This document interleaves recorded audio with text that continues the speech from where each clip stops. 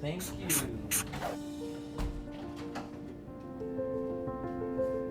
I always tell people that education is something that's about expanding your options, not limiting them.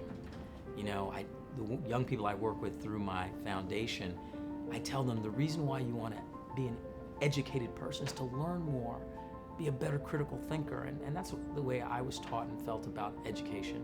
You know, but we're taught the wrong thing. We're taught, study this so you can do that. I use my law degree every day, but just in a non-traditional way. So it's not really transitioning out of law, that's just part of who I am. Yeah, over the course of my career, I've played incarcerated individuals in several projects. I've also portrayed police officers and investigators, FBI, CIA. And what attracts me to roles fundamentally is the project itself. It's really about what is the message of the actual project, more so than the character. So it's not about playing good guys or playing bad guys, it's about playing truthfully the character. And hopefully it's in a project that actually, once folks watch it, has some merit, has some quality, either makes you laugh or cry or reflect about your own life, learn something, any of those things. And so I've been very blessed to have been able to be in projects that I'm proud of and play characters that I'm very proud of. I, through a number of things, my books and my foundation, have insight and have learned things about the criminal justice system and some of the problems within the system and the mass incarceration crisis in our country that other people may not see. So if I can play a character or be in a project that allows other folks to see it or understand it in a different way, that's good. I've written 4 books. 4 of them are New York Times bestsellers. I'm very proud of that. And the latest book is called Letters to an Incarcerated Brother. It's a motivational book for men and women who are incarcerated as well as for their families. And that book came about because of my first book called Letters to a Young Brother. A number of juvenile court justices, judges, wardens started handing my book out and assigning my book to young men to write book reports. That was my first entry into working in the prison and jail system, and I've just continued.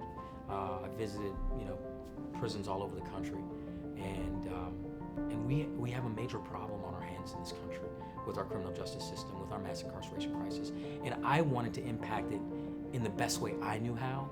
There's a lot of people who talk about the top-down systemic issues, and I think that's great, but within that talk, I believe sometimes we forget about the individuals, the people that are actually in the jail cells every day, the people who are suffering from this mass incarceration crisis, suffering from a flawed war on drugs.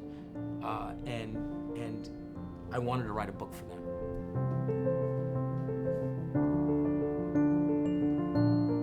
I've known President Obama since we were classmates together in Harvard Law School, and I couldn't be more proud of him for being the first sitting president to visit a prison and shine a light on the mass incarceration crisis in the country and really fight for criminal justice reform.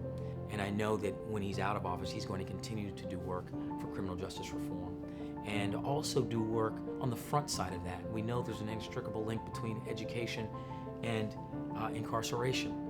We need to do a much better job on the front side to educate and train young people in traditionally underserved communities so that they don't end up in the system. And so working on both sides is very important, and I think he's going to continue that work for the rest of his life. At the end of the day, the name Innocence Project is very powerful because we're talking about innocent people in prison. And when I think about, just think about yourself. Put yourself in that situation. I've played characters that have been in prison, in jail, and I've visited and worked in a number of prisons and jails. But fortunately, I've never been incarcerated personally. But just think if you were, and you were incarcerated for something you didn't do, or you were pressured to plea out or plead guilty to something you didn't do.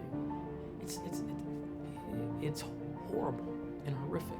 And so whatever work we can do to find a way for innocent people to be released, find a way that we stop pressuring people to plead to crimes and they didn't do.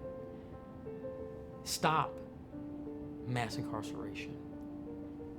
I want to serve, and that's why I'm an Innocence Project ambassador.